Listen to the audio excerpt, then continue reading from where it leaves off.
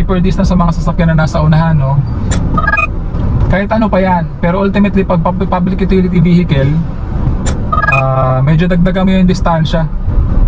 Okay? Kasi minsan may mga public utility vehicle na hindi marunong mag-signal, bigla-bigla na lang yan pepreno at tatabi. So para hindi tayo masangkot sa isang aksidente, importante na meron tayong tamang distansya.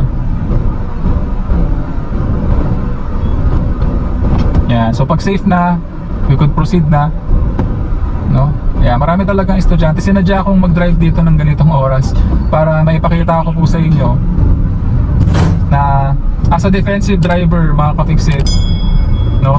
Hindi lamang natin iingatan yung buhay natin at yung ating sasakyan, kundi ganun din yung buhay ng mga pedestrian na nakakasalamuhan natin sa kalsada at yung iba pang mga sasakyan.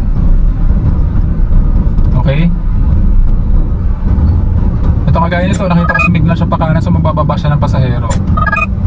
So antayin na lang natin kasi hindi siya tumabi, pero kung tumabi siya makaka-proceed tayo. So ganun naman talaga. Hayaan mo na, mga ka-fixit, okay lang yan kasi hindi naman magtatagal ng isang oras yan para magbaba ng pasahero. Usually 5 minutes, no? Wala pa nga yatang 3 minutes yung pagbaba niya ng pasahero. So be patient lang kasi hindi naman kakaya ng masyadong malaking oras mo yan, no? Pagbigyan mo na, okay lang yan.